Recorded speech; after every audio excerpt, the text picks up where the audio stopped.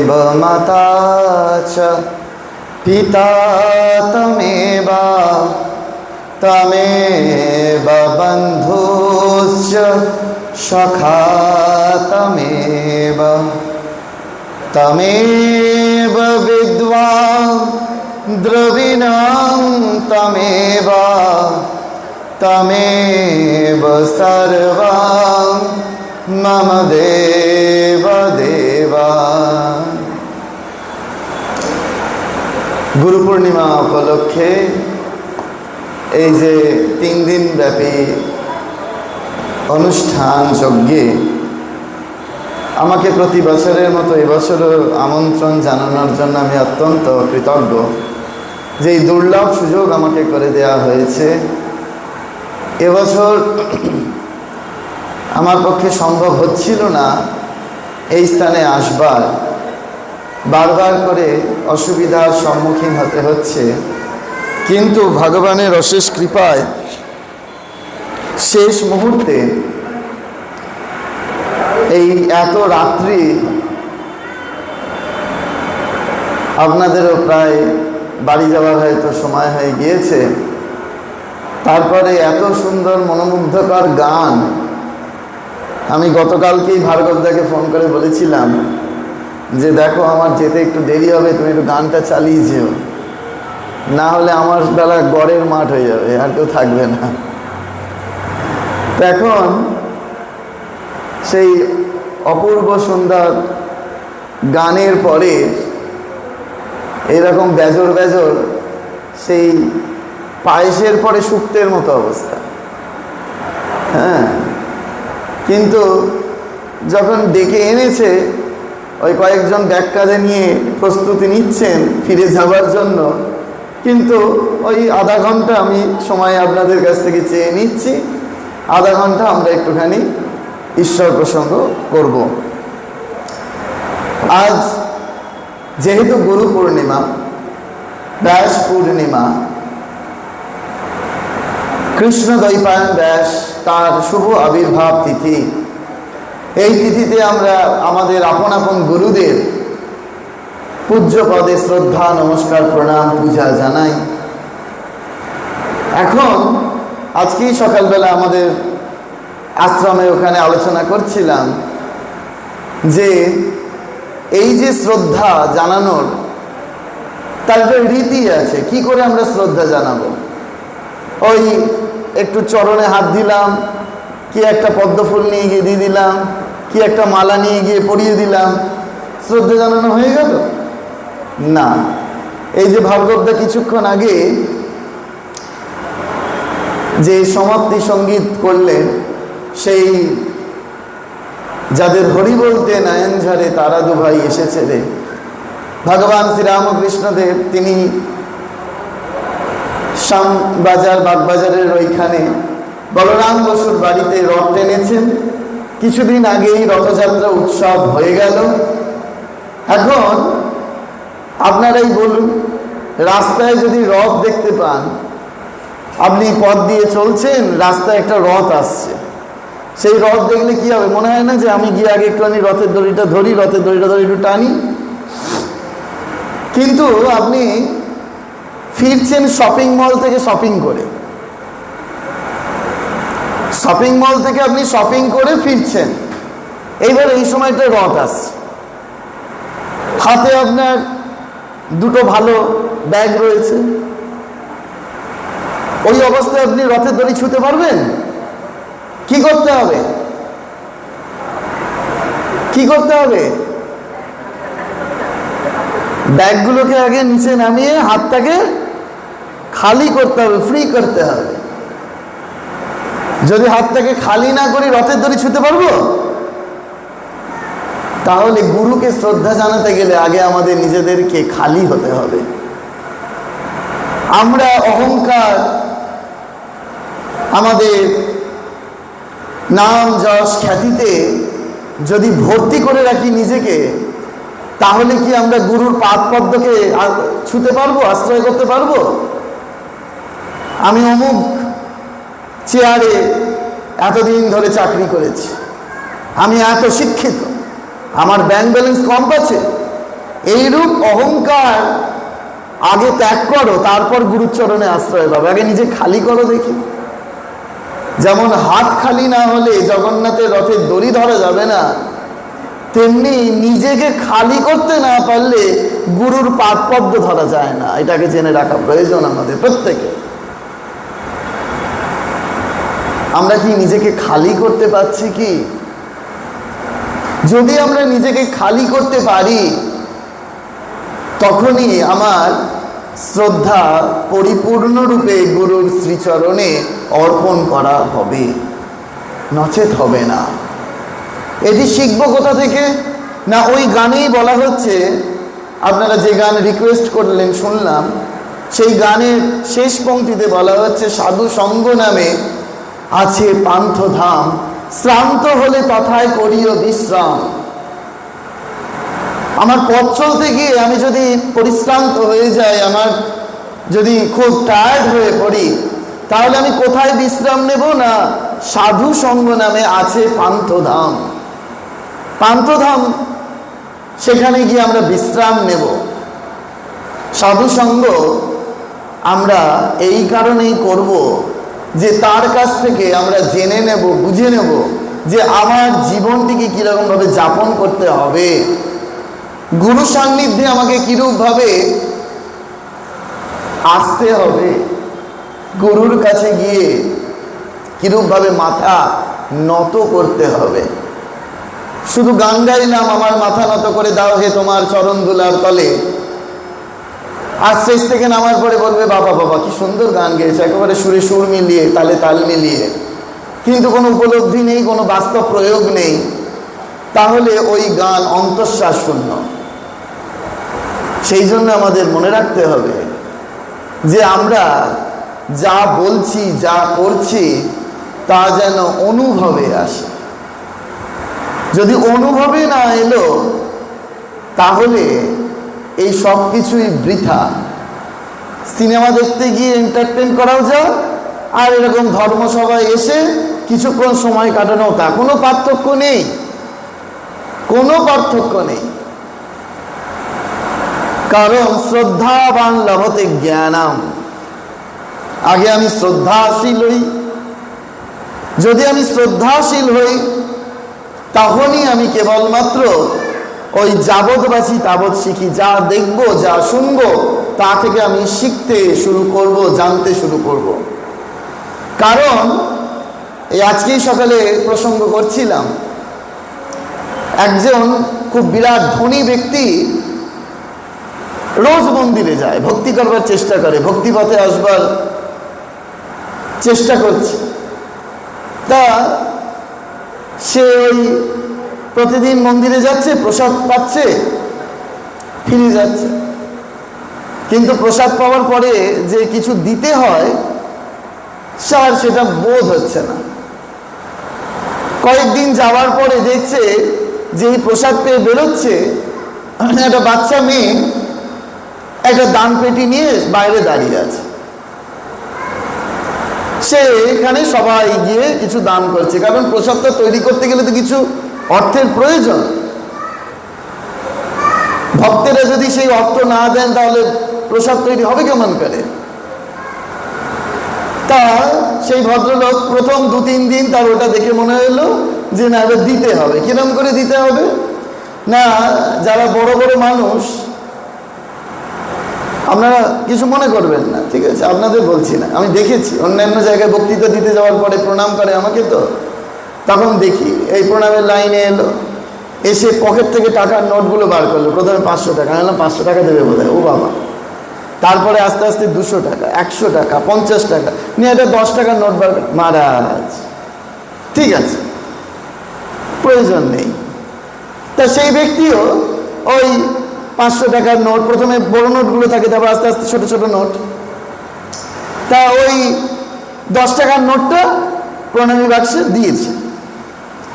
এরকম 2-3 দিন করবার পরে সেই ব্যক্তিরই অনুশোচনা হয়েছে যে এই আবার কীরকম, আমি কেমন আচরণ করছি, যে ওই মেয়েটির সামনে গিয়ে পকেট থেকে টাকা বার করে গুনে ওই ভেতর থেকে একটা, তা আবার কীরকম নোট, যে নোটটার মার্কেটে চলবে না, আমরা ভগবানকে সেই নোট দিই, জানেন তো? যে নোটটা মার্কেটে আর চলবে না, প্রণয় বাক্সে ফেলে দিলে তো কেউ দেখবে না, দিই না ফেলে। আপনারা তা করেন না, দেখি মুখগুলো দেখে মনে হচ্ছে। কিন্তু কখন করেন জানেন তো? হয়তো বাসে উঠেছেন, মানি ব্যাগ খুলে দেখলেন একটা ছেঁড়া 20 টাকার নোট আছে। আপনি শত চেষ্টা করবেন ওই 20 টাকার নোটটাকে বেশ ভাঁজ করে সুন্দর করে ওই বাসের কন্ট্রাক্টরের হাতে দিয়ে দিতে। আর আপনারা তো 10 টাকা ভাড়া, 20 টাকা দিয়েছেন, 10 টাকা ফেরত পাবেন। আর আপনি একদম তাকিয়ে রয়েছেন ওই বাসের কন্ট্রাক্টরের হাতে সাজানো চকচকে নোটের মধ্যে, যেন ওই চকচকে 10 টাকার নোটটা আমাকে দেয়। আমি দিচ্ছি ছেঁড়া 20 টাকার নোটটা, ওটাকে আমি চালিয়ে দিতে পারলে বাঁচি, কন্ট্রাক্টরকে দিয়ে দিলাম, আর আমি পেতে চাইছি ওই চকচকে নোটগুলো। বাস্তব কিনা বলুন না, নিজেরা বুকে হাত দিয়ে বলুন সত্য কিনা যা বলছি। কিন্তু আপনারা ধর্ম করছেন, এই এত বড় বিল্ডিং ভাড়া করছেন, ধর্ম প্রসঙ্গ করছেন, ধর্ম সঙ্গীত গাইছেন, কিন্তু জগতের ওই সাধারণ জড় জগতে 20 টাকা ছেঁড়া নোট দিয়ে 10 টাকা পাওয়া যেতে পারে হয়তো কখনো কখনো, কিন্তু বাবা আধ্যাত্ম জগতে হিসাবের কোনো ভুল হয় না। যেমনটি দেবে তুমি তেমনটি পাবে। তা তখন ওই ভদ্রলোকের মনে হয়েছে যে না, এটা তো আমি ঠিক করছি না, আমি একটু দূর থেকে আমি যে নোটটা দেবো সেই নোটটা আগে আলাদা করে সিলেক্ট করে নেব, বার করে নেব। তো বার করে নিয়েছে, বার করে নিয়ে ওই বাচ্চা মেয়েটি প্রণয় বাক্স নিয়ে দাঁড়িয়ে আছে, তা গিয়ে সেখানে ড্রপ করে দিয়েছে। বাচ্চা মেয়েটি তখন সেই ধনী বাবুটিকে বলছে, বাবু তুমি দান পেটিতে কতটা দিলে সেটা ভগবান দেখে না, তুমি পকেটে কতটা লুকিয়ে রাখলে সেটা ভগবান দেখে। হরি বল, সাবধান।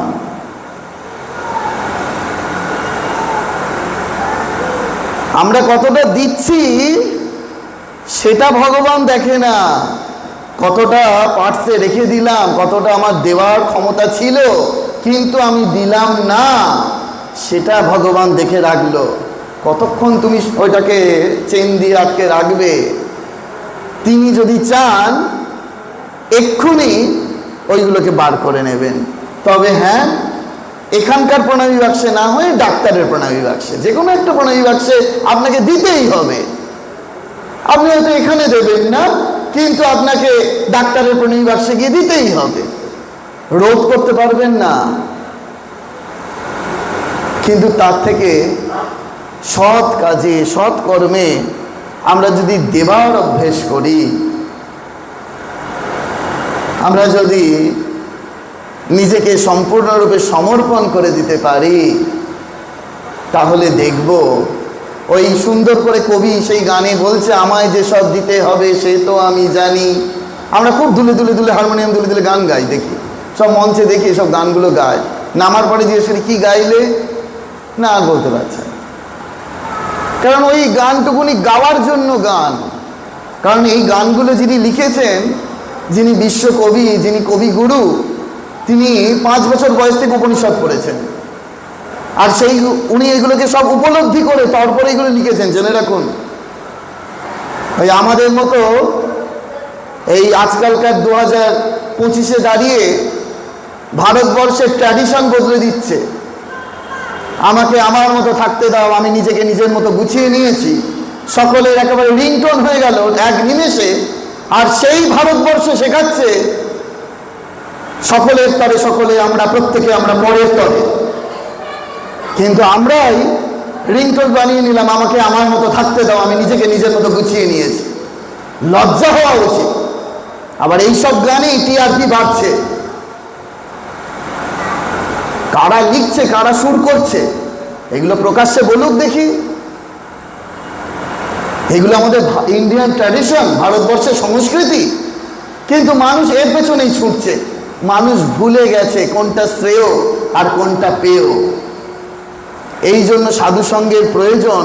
সাধু এসে চোখে আঙুল দিয়ে দেখিয়ে দেবে, ওগো ওগো তোমরা ভুল করছো, তোমরা কি নিয়ে মেতে আছো, তোমরা যা নিয়ে মেতে আছো সেটা দুদিনের, সেটা চিরদিনের নয়। এই দুদিনের বস্তুকে নিয়ে আমরা কেন মেতে উঠব? যা আমাকে চির শান্তি, পরম শান্তি, পরমানন্দ প্রাপ্তি করিয়ে দেবে, আমার সেইটি আকর্ষণ, সেইটিকে ধরা আমার বেশি বেশি প্রয়োজন। কিন্তু আমাদের রুচি নেই, আমাদের সেই দিকে মন নেই, আমাদের রুচি নাই। এই জন্য আমরা যে যে অবস্থাতেই থাকি না কেন, যে যে সম্প্রদায়ে আমরা হই না কেন, আমরা যে যে গুরুর কাছ থেকে দীক্ষা নিই না কেন, আমরা সেই এক গন্তব্যে পৌঁছাবো, এটা জেনে রাখুন। আমরা প্রত্যেকে সেই এক গন্তব্যে পৌঁছাবো সাধনের দ্বারা। সেই জন্য এই সাধন পথগুলো ডিফারেন্ট হতে পারে, ডেস্টিনেশন একটাই। আমরা ভাবছি খুব সুন্দর করে আমার অ্যাড্রেস প্রুফ চাইলেই আমরা একটা আধার কার্ড জেরক্স করে দিয়ে দিচ্ছি, ভোটার কার্ড জেরক্স করে দিয়ে দিচ্ছি। ওগো শোনো, ওই আধার কার্ডে তোমার যে অ্যাড্রেসটা লেখা রয়েছে সেই অ্যাড্রেসটা তোমার নয়। শুধু গান শুনলে হবে? মনে চলো নিজে নিকেতনে, অনুভবে আনছো কি?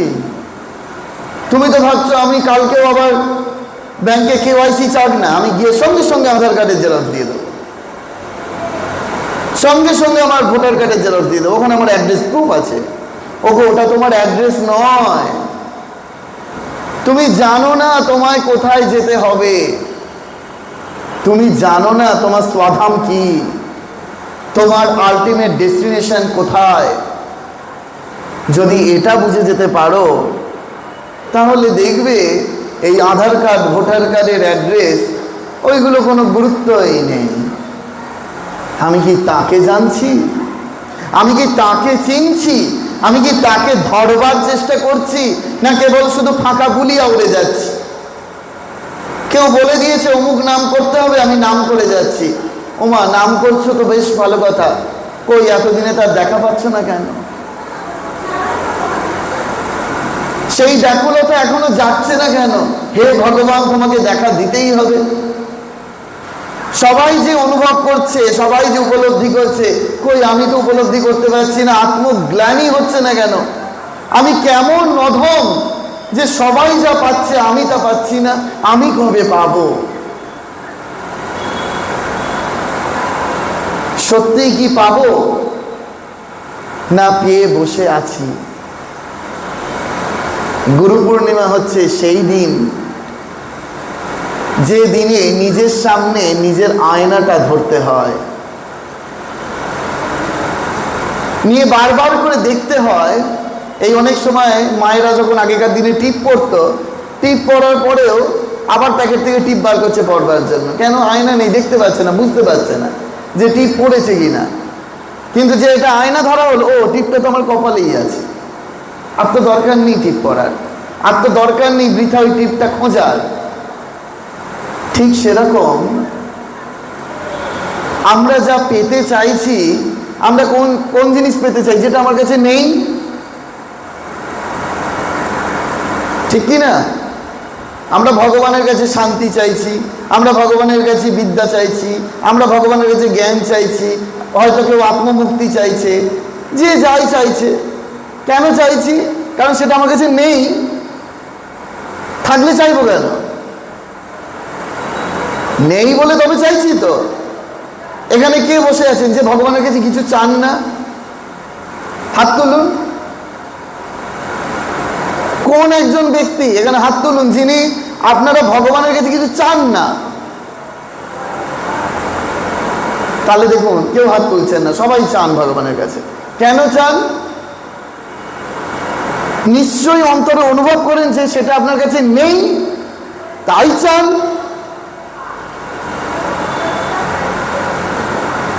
আরেক ধরনের চাওয়া হয়, বাচ্চারা করে।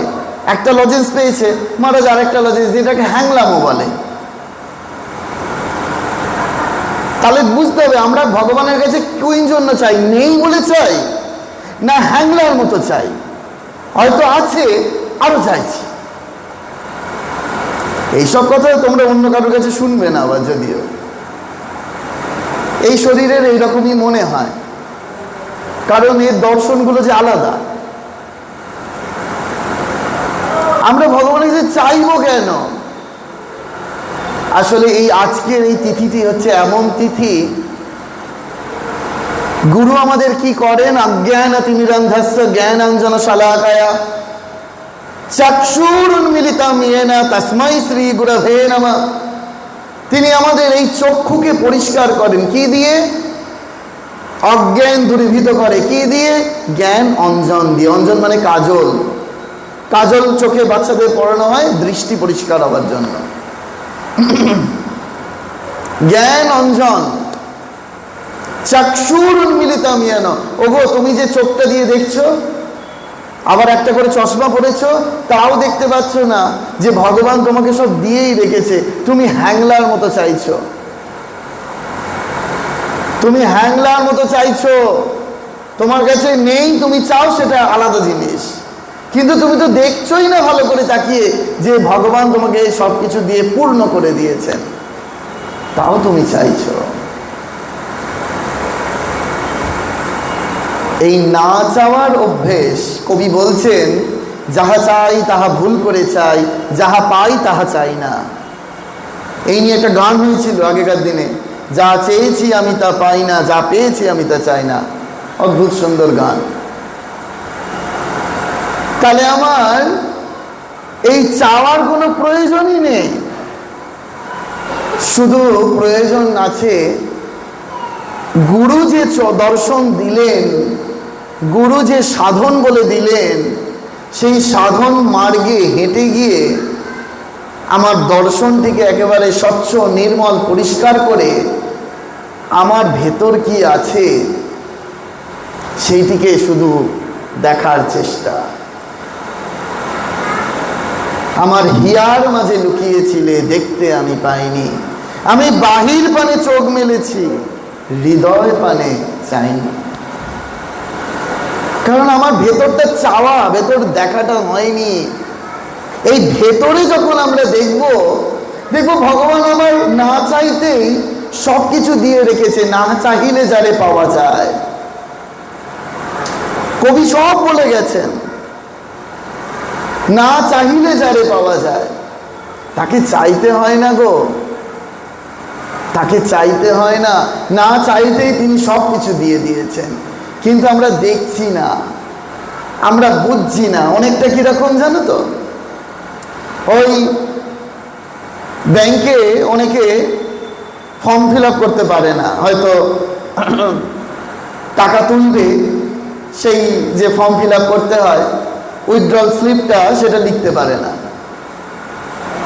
পাসবুকে কত টাকা আছে সেটাও দেখতে জানে না, 10 জনকে দেখিয়ে দেখিয়ে বেড়ায়, ওগো কত টাকা তুলতে পারবো, কত টাকা তুলতে পারবো। দেখবেন ব্যাংকে গেলে এরকম অভিজ্ঞতা সকলের আছে। তারা অপরকে জিজ্ঞেস করে তারপর তাকে বলবে, বাবু একটু লিখে দিন না বাবু। ঠিক আমাদের অবস্থা সেই। আমাদের স্পিরিচুয়াল ব্যাংক ব্যালেন্স কত আছে আমরা দেখতে জানি না। ওই জন্য গুরুর কাছে যেতে হয়। গুরু দেখে বলে দেন, ওগো তোমার তো সব কিছুই আছে, তোমার তো সব কিছুই রয়েছে, তুমি শুধু এটাকে ঠিক ঠিক করে রক্ষণাবেক্ষণ করো। তখন গুরু একটি মন্ত্র দেন, সেই মন্ত্রকে আমরা সংগ্রহ করি। সমস্যা কোথায়? সংগ্রহ জিনিস ঠিক ঠিক সংরক্ষণ করতে হয়, সেই সংগ্রহের পরে সংরক্ষণটা আমাদের ঠিক ঠিক হয় না। যখন আমরা কোনো জিনিস সংগ্রহ করব, তার সংরক্ষণটাও যেন আমরা ঠিক ঠিক করতে শিখি। ধরুন আমরা অহর্নিশি নাম করছি, গুরুদেব বলে দিয়েছেন নাম করছি নাম করছি নাম করছি। এখানে যারা বসে আছেন আমি ধরে নিলাম সবাই আপনারা নিশ্চয়ই নাম করেন। এখন আপনি নামের সঙ্গ করছেন না নাম আপনার সঙ্গ করছে?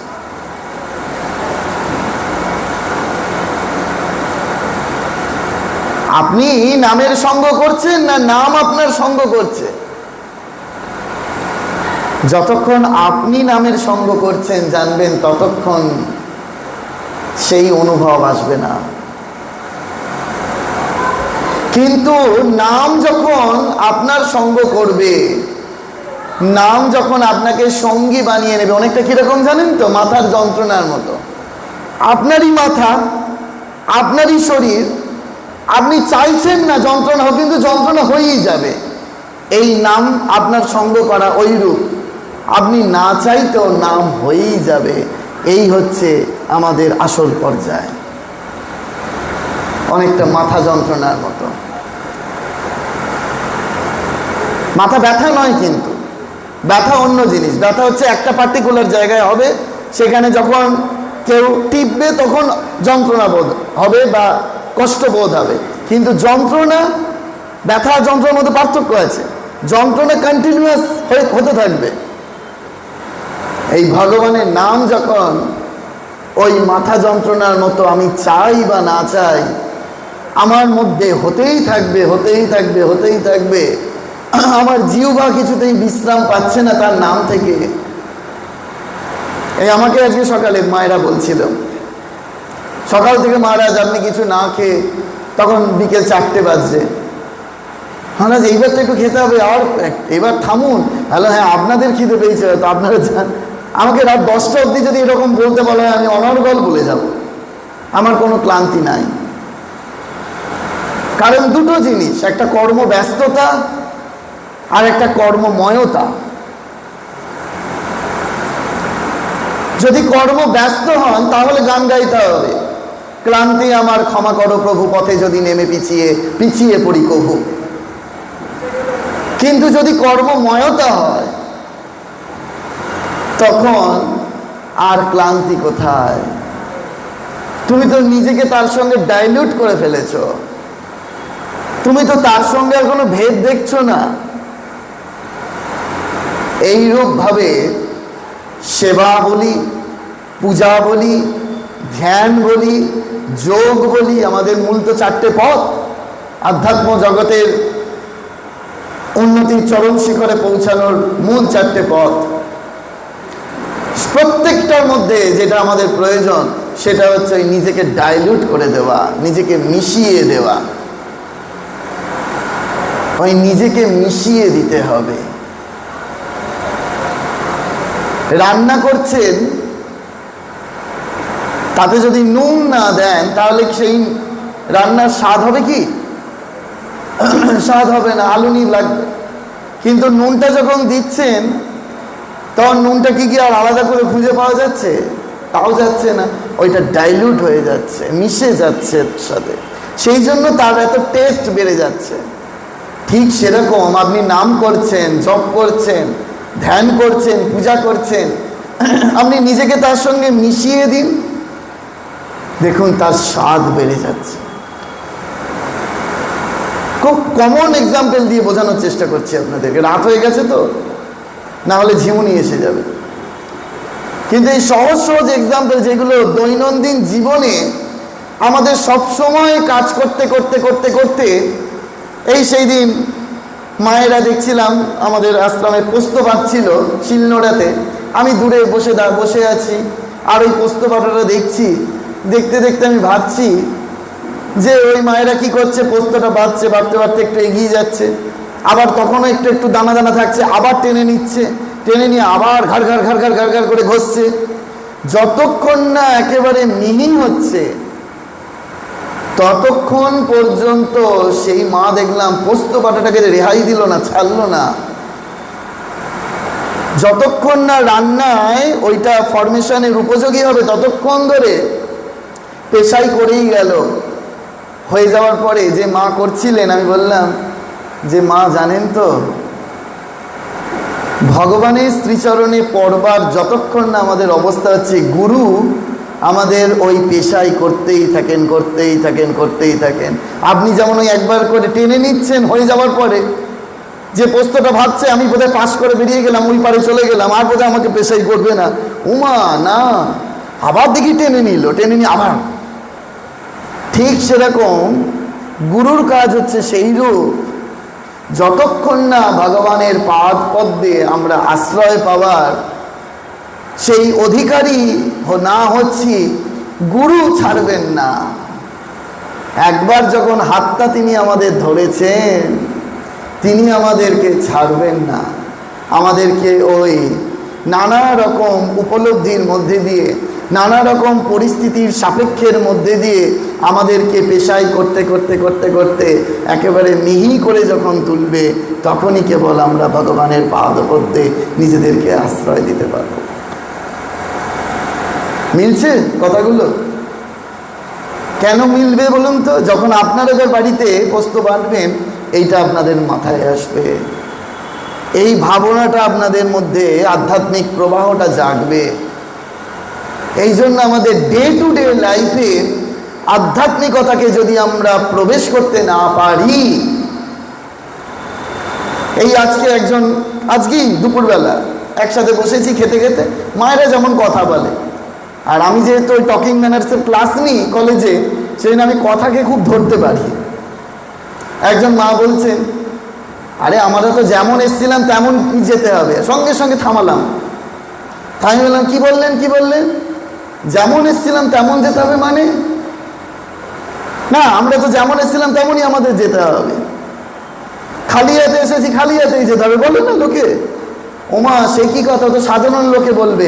তোমরা যে ভক্ত, তোমরা এই কথা বলবে কেন? তোমরা খালি এসেছ, গুরু পাদ পদ্ম আশ্রয় করেছ, গুরু প্রদত্ত নাম পেয়েছ, সেই নামকে সম্বল করে নিয়ে যাবে না, খালি চলে যাবে? এই তারপরে কিছুক্ষণ বাদে একজন মা বলছেন, বৃষ্টি পড়ছে, বৃষ্টিটা থেমেছে। আমি বলছি, মহারাজ তাহলে এবার একটু এগোই। আমি বললাম, কোথায় এগোবেন? না, ওই বাড়ির দিকে, এবার একটু টোটো ধরবো। আমি বললাম যে না, যদি এগোতেই হয় তাহলে ভগবানের দিকে এগোন, আর অন্য কোনো দিকে এগোনোর চেষ্টা করবেন না। এই প্রত্যেকটা মুহূর্তে এটা যদি সাধারণ মানুষের কাছে বলতো, তাহলে সাধারণ মানুষ এই জিনিসটা ধরিয়ে দিতে পারতো না, নিঃসন্দেহে জেনে রাখুন পারতো না। কিন্তু এই সাধুসঙ্গ নামে আছে পান্থধাম, শ্রান্ত হলে তথায় করিও বিশ্রাম, সে পথে রাজার প্রবল প্রতাপ, সমন্ডরে যার শাসনে। এই সাধুর সঙ্গে যদি আমরা দিন রাত্রি বাস করি, সাধু প্রত্যেক মুহূর্তে ধরিয়ে দেবে, ওগো তুমি একমাত্র ঈশ্বরের চিন্তা করো, তুমি জড়জগতে সব কিছু নিয়ে মেতে থাকো, তুমি অফিস যাও, স্কুল যাও, ব্যবসা করো, বাণিজ্য করো, চাকরি করো, সব করো, কিন্তু আধ্যাত্মিকতাকে ভুলে গিয়ে নয়, ধর্মকে ভুলে গিয়ে নয়। তুমি প্রত্যেকটা কাজের মধ্যে ধর্মকে ইনক্লুড করো, তাহলে দেখবে তুমি ধর্মের বাইরে যেতে পারছো না, আধ্যাত্মিকতার বাইরে যেতে পারছো না। তুমি যে শান্তির জন্য এই মাঝে মাঝে সাধুদের কাছে যাচ্ছ, সেই শান্তি তোমার মধ্যেই রয়েছে, তুমি সেটাকে শুধু অনুসন্ধান করতে পারছো না। শান্তি তার অনুসন্ধান অফিসে গিয়ে অ্যানাউন্সমেন্ট করে পাওয়া যায় না যে শান্তি আমার হারিয়ে গেছে। ওরে শান্তি, তুই ফিরে আয়। অনুসন্ধান অফিসে মাইকে অ্যানাউন্স করলো, শান্তিকে খুঁজে পাওয়া যাচ্ছে না। তা দেখা গেল ওপাড়ার শান্তিনাথ দাঁত বার করতে করতে চলে এলো, সেই শান্তি নয়। আবার আপনি শপিং মলে গিয়ে 50 টাকা কেজি ধরে শান্তিও পাবেন না, আনন্দও পাবেন না। সেটা আপনার ভেতরেই আছে, শুধু খোঁজো, শুধু নিজের মধ্যে নিজে ডুব দাও, খুব করে তার নাম করো, গুরু পাদ পদ্মকে আশ্রয় করো, গুরুর চরণ যুগলকে বক্ষে ধারণ করো, দেখবে তার থেকে চির শান্তির জায়গা এই দুনিয়ায় আর কোথাও নাই, আর কোথাও মিলবে না। এই রূপ যদি গুরুচরণে অচলা ভক্তি থাকে আমাদের, তবেই আমরা সেই পরম শান্তি, পরমানন্দ লাভ করতে পারব। সেই জন্য বারবার করে বলা হয়, গুরুকে না ভাবিবে নর, গুরুই স্বয়ং পরম ঈশ্বর। সকলে ভালো থাকবেন, আজকে এই অবধি থাক। আজকে বিশ্রাম দিই, আবার পরের বছর অপেক্ষায় রইলাম। ওম শান্তি শান্তি শান্তি। হরি ওম তৎসৎ।